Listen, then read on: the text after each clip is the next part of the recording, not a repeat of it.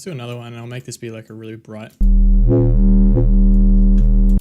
Cool, and I'll let's leave our first thing visible, and then control this one. And what I'll do is I'll kind of just interchangeably modulate this.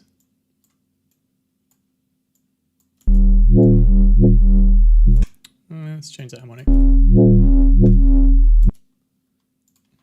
Actually, no. Let's try and get some variation by sometimes stacking it on top.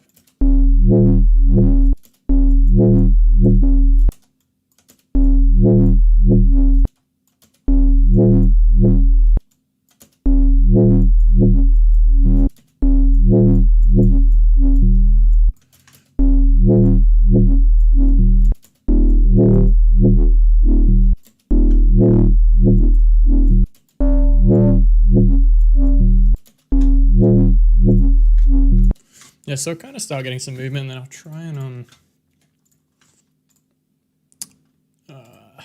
it's a good way to suck more harmonics out of this.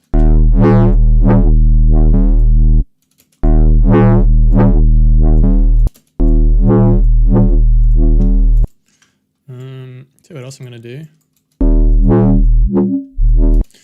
I'm also going to use a high pass to just randomly cut off some of these bottom frequencies.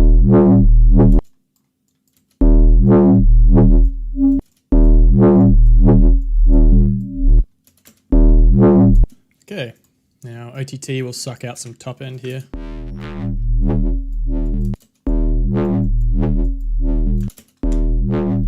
Okay, generally once I start to get like a good broad frequency spectrum of like sound, I'll start EQing and trying to pull out the things that I like. And then it's sort of a slow process of sculpting the sound to my ears. So it's not so much about doing like extreme sound design effects as much as it is just sort of gradually improving it.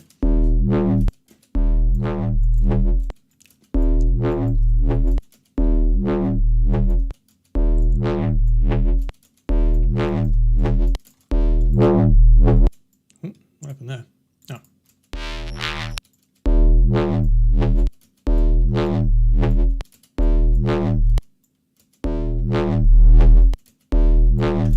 See, sometimes you just crank the bass and it sounds fucking great.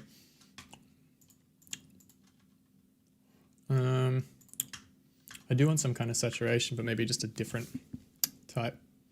Wave shapers are a really fun thing to experiment with. I had another process for a while where I'd literally drive one sine wave into a wave shaper and do some like ridiculous algorithm.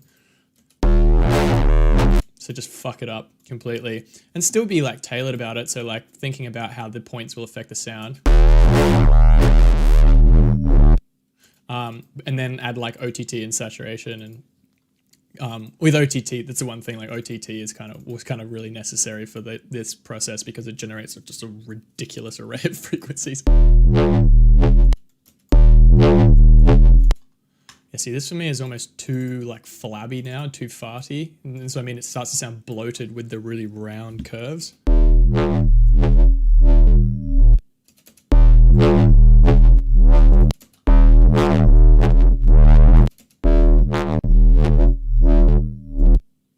Oh shit, I didn't even know you could do that till just now. How wild is that? Fucking Bezier curves, man.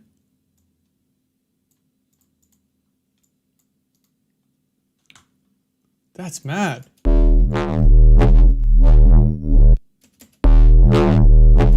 Fucking Melder production, man. So good. Alright, so then another thing I might do, try and get treble to do a nice sparkly thing.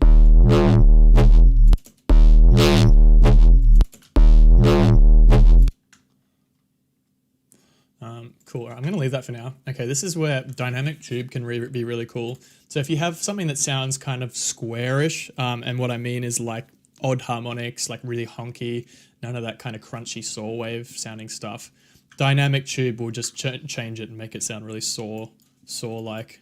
So dynamic tube is a really cool way to just get like a crunchy variation of a bass. See how now that's gone from being like honky, metallic squarish to crunchy saw kind of thing. All right, OTT again.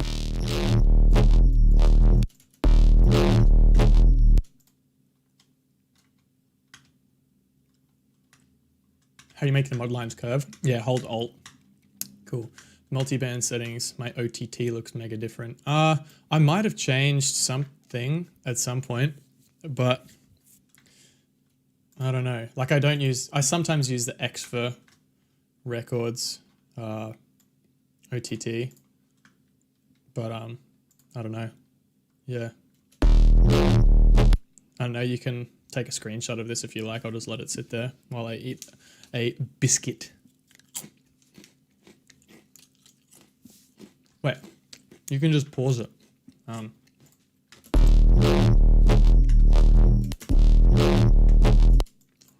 But yeah. Modulating the dry wet of the tube is another cool thing. You can sort of create that dynamic between square sort of metallic stuff and then give it a sudden bit